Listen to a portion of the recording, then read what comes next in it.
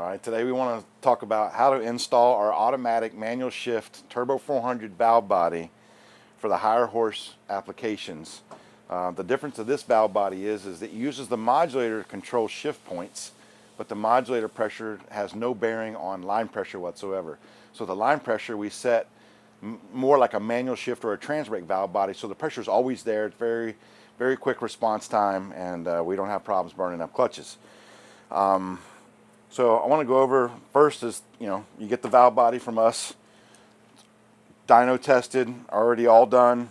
Comes with a pressure regulator spring that's going to increase our line pressure up to anywhere from say 170 psi all the way to 220, depending on some shims and stuff that we use, which we'll go over in a few minutes. It's going to come with a set of gaskets, and then it's going to come with a separator plate for it. Let's talk about the pressure regulator spring that we send with the valve body. This one is about 170 to 220 psi, depending on how many shims we use on the pressure regulator valve. So we're going to talk about that right now. So here's a late model pressure regulator valve, and you want to make sure that if you have a pump, that you have that balance hole right there with this style of valve. If this passage is solid and there's no hole drilled, you want to make sure you use a valve that has a hole all the way through the center that connects to here and comes out here, because that is your balance pressure. That's what's going to make this valve push against the spring and start to regulate. So if that hole's not there or the hole's not here, this thing will make 500 to 600 pounds of line pressure and it will break things. So that's one of the things you have to make sure. So this is a late valve with a late pump. So we're going to put the valve in the bore. And the shims that I'm talking about, so we have the factory spring retainer that would hold the spring. If we wanted to shim this up, they a lot of times come with this little C-style shim that you would stick on, and you'd push down like that, and then you'd put this on top of it, and then the spring like this, and that's how it would sit in the bore. So we typically use one shim with this spring. That'll give us about 190 to 200 psi. If we run two shims, we can get it up to about 220. So we're going to put this valve in with that already pre-assembled. Hopefully it'll stay. If not, we're going to try. All right, we're going to put this valve in, making sure there's no burrs. It should go right in nice and free. No trouble whatsoever. We're going to take the shim. We're going to put the shim on. Alright, what I like to do is I like to take the spring and I'll dip it in grease and get some grease on the end of it like this to glue that on there, just like that, with the fingers going into the spring so it's nice and flat on this side. Now I can push that into the bore just like that, and everything is positioned. The next thing we want to check to make sure that our pressures are what I described earlier, we want to make sure that the boost valve is a 481 or 482 diameter boost valve. In rare occasions there are boost valves where this land is smaller and it will give you less pressure. So to hold this together, we do kind of the same trick. We take the valve, we dip it in grease, and we want it on the tip of the valve, and then we put it in, and now that won't fall out. So it helps us when we're assembling it. Now we can put this on there. We get the snap ring that holds it together. Now this snap ring, if you notice, it has a sharp edge on this side, and at this side you can see it's kind of rounded. We want to make sure that we put the sharp edge facing out, so when it pushes against it, it kind of digs in and it won't pop out. Push it all the way in, get your snap ring pliers on there. You can push in a couple times, make sure it's seated, just like that.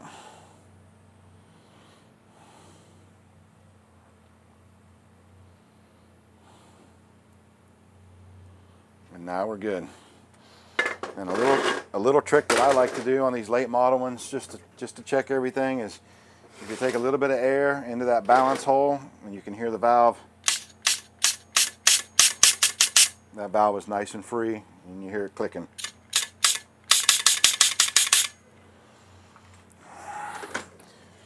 And that's it for the pressure regulator valve installation. All right, I want to go over one more modification to the case, and that is we have to drill a small hole into the case to feed constant pump pressure into the boost valve circuit in the pump so that we can increase pressure with RPM of the engine. And it doesn't use the modulator anymore. What we want to do is we want to get a drill bit that is between a 108 and a 114 diameter. Okay, so if we measure the diameter, this one's about a 108 or 119 or 109. This one's a little bit bigger, 116, 115, 114, anything like that is fine. So what we want to do is chuck that into a drill, and we want to connect this passage right here, which is pump pressure, into this passage right here, which is your boost circuit. And we're going to do that by drilling straight down right here, directly on top of that hole that comes from the front right there. And it's very critical that it be in this exact position. If you drill it anywhere else, it won't work correctly. So we're trying to connect this passage into this passage right here.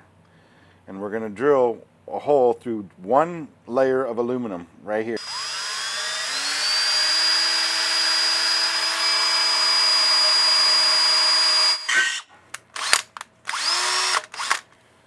One layer like that, that's it. Now we would recommend doing this with the transmission apart, or if it was in a car, of course the chips would be falling, it'd be upside down, which would be great, but we're going to blow these out of here just for the video purposes. So what we end up with is one hole right there. Now we're going to send an 1/8 inch check ball with this kit. So if you wanted to go back later and plug that hole, you could take this check ball with a small punch and you drop that down on top of there, and then you would just tap it with a small punch down to about flush, and that would fix your case and put it back to stock again if for some reason you wanted to go back later. Now line pressure from the pump is connected to the boost circuit going into the pump, and it's going to make the pressure raise and lower with engine RPM, just like a manual valve body or a trans brake valve body. So next we're going to go over the installation of the valve body. For starters, we want to make sure our case is clean, it's free of burrs. To be safe, we can take a sharpening stone, we can go over the case, and we can, with a smooth side, and we can go over the case and make sure that there's no burrs anywhere on the case. Okay, now that the case is clean, we blow it off with some compressed air, maybe some brake clean to clean it off, make sure none of that grit gets inside the transmission. So next we want to make sure that if there was any previous valve bodies installed that would create problems with this valve body, we want to make sure that we get rid of those things. And one of those things is check balls. If you had a trans brake on your transmission prior, sometimes they would have a check ball hammer into this passage, or sometimes they might plug this passage right here. So we want to make sure that these passages have no plugs. Also, sometimes transmissions have a harsh reverse, and when back in the day they would put a cut plug in this hole here and it would soften up the reverse to the band. We want to make sure we get rid of all that stuff. No plugs here, no plugs in the return here, no plugs in the return here. Once we verify all that's good and clean, make sure there's no plugs going through the case for the direct clutch, and we're all good. Now we can start assembling the valve body. So the first thing is we're going to install the modulator and the modulator valve, because this goes together just like factory. So we have the valve unmodified. We would put that in the case first, and it needs to be nice and free. So this one, if we take a magnet, we can see that the valve slides in and out nice and free, doesn't get stuck, and that's what we want. So now we push the valve all the way back in. We get the modulator. This is a red stripe adjustable modulator with a screw in the back of it that uses a small pocket, flat blade screwdriver to turn it to adjust the shift points. Okay, Make sure it has an O-ring on it. So we're going to put that in first. We should have some tension on it with the spring when we push it in. We'll get our modulator hold down on our bolt, and we'll put that on.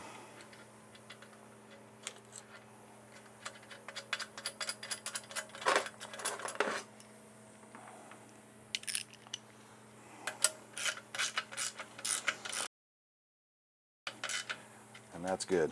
Modulator's done. Okay. Next step is we should put the rear servo together. So there are some things to note on the rear servo. So this valve body doesn't use the third gear accumulator circuit anymore, which is this circuit right here. So with this one, the plate actually plugs it. But the circuit, second gear oil goes into the servo here and releases the servo when it shifts to second gear. So there are some modifications to the servo that we want to do. Alright, next we're going to go over the rear servo piston. We want to pull the rings off of it so that we don't get any fluid trapped into the servo with us after we're capping some of these other ports. So this piston has aluminum rings on it. Sometimes they're steel rings, sometimes they're Teflon rings. If they're Teflon rings, you want to get a sharp pick like this, and you can get down in there and you can break it in half and pop it off. But this one's being aluminum, we'll just unhook them and we'll slide them off there. Get them off like that, and that's it. So now we want to take this, we want to put it in the rear servo, just like that. New lathe cut seal, a little bit of blue grease on there. Factory return spring will be fine.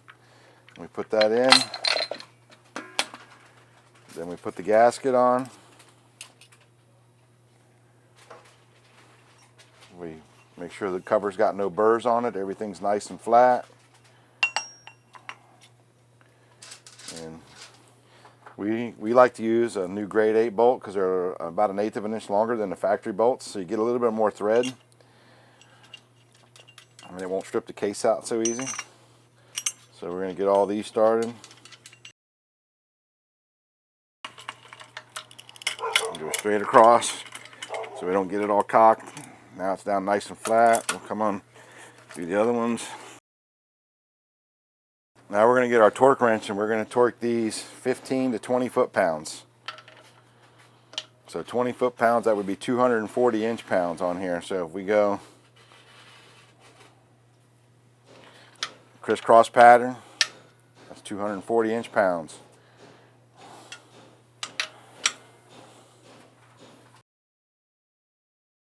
Now your rear servo is done. Alright, the next thing I want to talk about is the direct clutch inner lip seal. With this valve body, we're capping this port, and we're only using this port right here for reverse and for third gear. So what we want to do is leave that inner lip seal out, because the direct drum has an inner lip seal that would go right here. And what that is that's a two-stage piston setup. So if we have a lip seal here, and a lip seal here, and a lip seal in the drum, when we put it together, we've got two separate circuits. We've got one that uses this supply area and one that uses this supply area.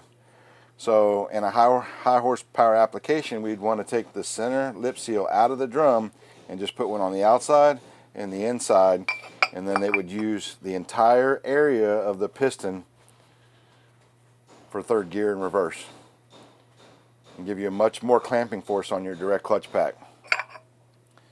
Next thing is we always want to make sure that in the direct drum we have a check ball in the piston or in the drum somewhere. So this one has a check ball capsule that's right here in the drum.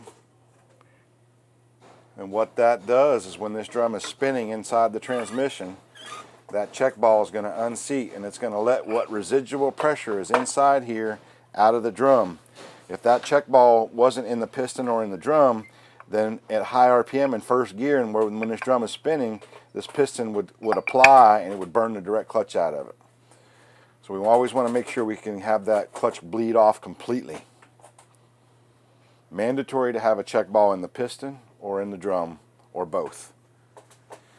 Now the next thing we want to go over is our intermediate band servo. This valve body does use the brake band for downshifting to stop the drum from spinning. So we want to make sure we put the servo in there. So what we have from the factory is, this is a factory style servo setup. So it would go on the pin. We would have a little C-clip that would slide in from the side, and then this would go on top, and then the spring would go on, and this would go in the bore. The only downfall to this style of servo is the way that it's made is when it's in the bore and the pressure comes up, it can slide this up and down. So there's a lot of travel in that servo when it's installed. So we recommend, it will work like this, but we recommend using the stuff from a 4L80E. Okay? So if we took a pin and a piston from a 4L80E, you can see that it has a larger end on this end, and now the piston is made to the pin, so the pin moves with the piston. So if I take this design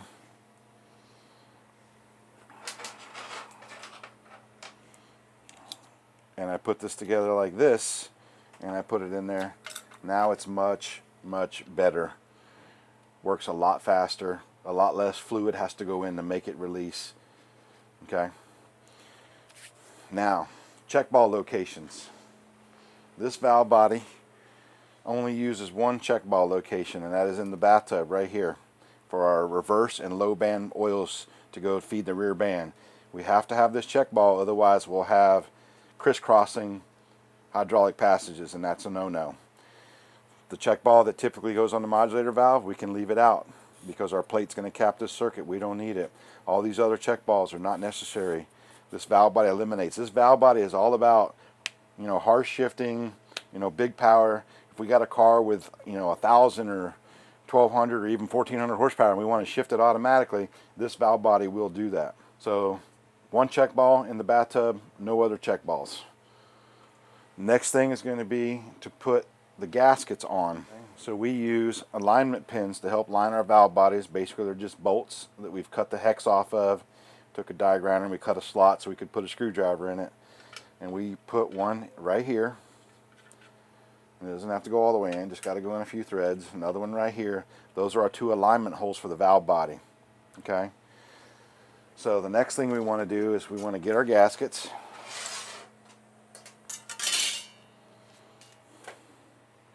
And you'll see that the gasket here says VB. That's the valve body side. This one here, where is it? Usually it'll say a C or something, that can't hardly see it. But we want to make sure that we have the right gaskets. On the case side, there are two different gaskets that come in the kits. One is a late model with 7 check balls. This is a 6 check ball case, so it's going to get the early gasket. And you can see right here that that's a late gasket, and that is a problem, how it overlaps those two ports. So this is the wrong gasket. Alright, this is the late gasket with a C. This is the early gasket with a C for 6 check balls. So when we tested the late one, we had a problem where this passage connected those two channels together. That's a major problem. The transmission will fail if you use this gasket. So we want to make sure we use the early gasket for 6 check balls. And if we put that on there, you can see that there's no cross leak. It fits perfectly in that channel right there. Okay. So now we put our pins in again. We put our separator plate on.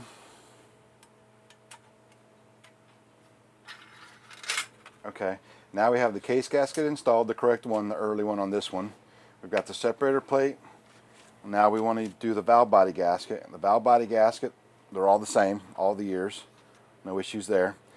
And this valve body does not need the kick down solenoid anymore. It's eliminated. So you don't even have to put bolts here or anything. You can leave that completely off. Because when you turn the pressure up, the kick down solenoid will actually fail. We've had them break and fall into the pan, and then they stop shifting. So we eliminated the kick down circuit altogether. The next thing is this valve body, being automatic shift, does need the governor to operate the valve body. And the governor is this. So to control shift points you know, the RPMs, like at wide open throttle, if we want this valve body to shift at 6,200 RPM, we're going to have to calibrate this in based off of your application. So the tire size, the rear gear and the rear end all makes a difference on when this valve body upshifts automatically at wide open throttle. So again, the modulator will control that upshifting to a certain point. This is for fine tuning. This is for the coarse tuning of getting it even close. So with this governor, if this valve sticks now, it will make the transmission take off in second or third gear when it's in drive. So we don't want this valve to stick. So one of the things that we recommend is putting a filter in the governor feed lines, which is how factory is. But a lot of people in the aftermarket world, in the high performance, they eliminate this filter. We do not recommend eliminating this filter. Okay, so what we want to do is we want to make sure that we get it into the right passage as well. So we want this filter in the passage that feeds the governor. So we'll go over that because all this kind of goes together at the same time. So the next thing is the manual valve. We want to make sure we use a stock, unmodified manual valve. A lot of times we'll polish it with some, 6 to 1200 grit just to make sure it's nice and smooth. We'll install that in the valve body to get it ready to put on. We take the governor feed tubes. We install these into the valve body. They're identical tubes, so you put one, doesn't matter which hole they go in. Okay, just like that. And then the governor tube that feeds the governor is the one that goes all the way through into the port that goes to the manual valve. So that's going to be this tube. So when I put it on, it's going to be the tube to the inside. So this filter is going to rest when it's all together just like that. So we're going to put that down in the case, like so. Push it down in there. We're going to grab the valve body, holding the manual valve so we don't drop it. Rotate those back down again, and then we're going to start aligning it on these pins. And we're going to make sure we line that up with the park linkage. And these have to go right into the holes. We like to use a plastic end of a screwdriver or something to help get them, tap them down in there when you're assembling it. And that's all the way down now. Okay, so now we want to put the bolts in. And it takes 2 more to go here, so we'll put those to the side for right now. It takes 3 7/16 head bolts that go right here, and right here. So we're going to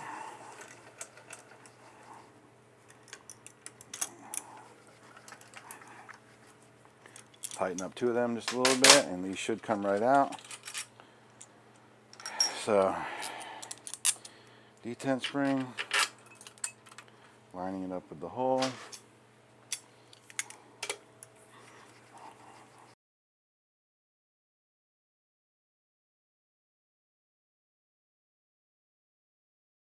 Alright, so now we have the valve body installed. So the next thing we want to do, or the last thing we need to do, is install the filter.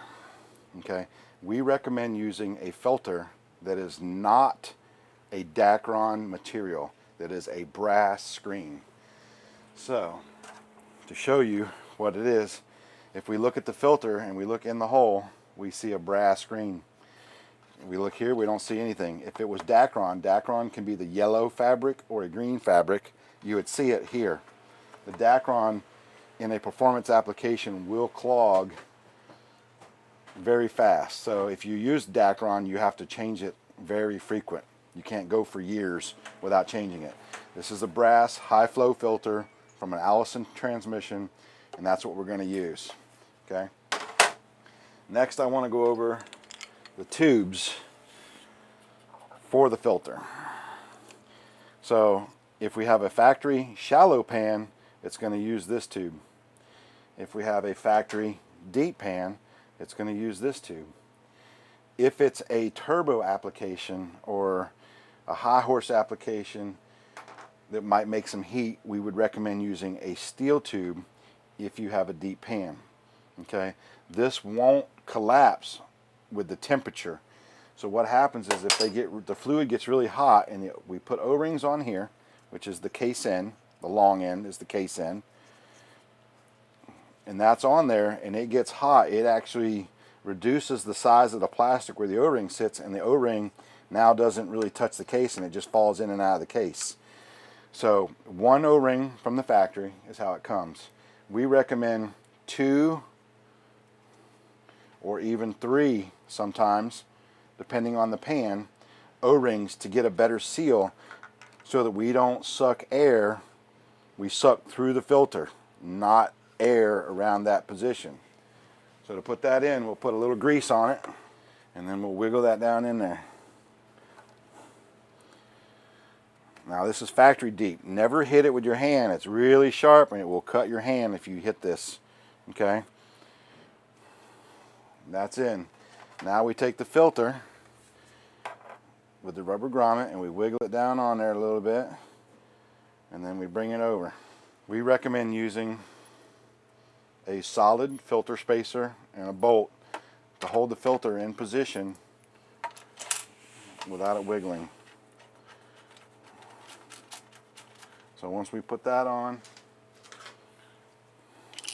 and if it's a deep aluminum pan, cast aluminum, we recommend, like, sometimes just pulling that filter over a hair like that before we tighten it, and then we tighten it. Now the filter's rigid. It gives us room on this side to clear the pan when we put the pan on, and that's it. The valve body is installed.